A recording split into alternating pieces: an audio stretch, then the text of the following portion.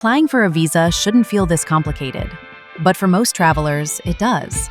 Confusing government websites, unclear instructions, and small mistakes that can delay your entire trip. So here's how to apply for a visa without mistakes. Start by checking the visa requirements for your destination based on your nationality. Then, complete a guided online form with clear instructions. No complicated language, no confusion.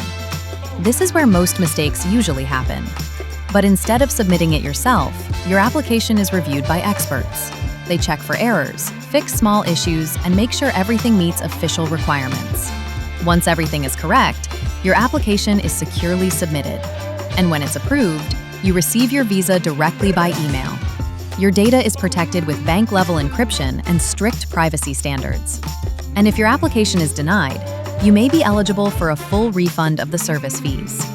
So instead of stressing about paperwork, you can focus on planning your trip.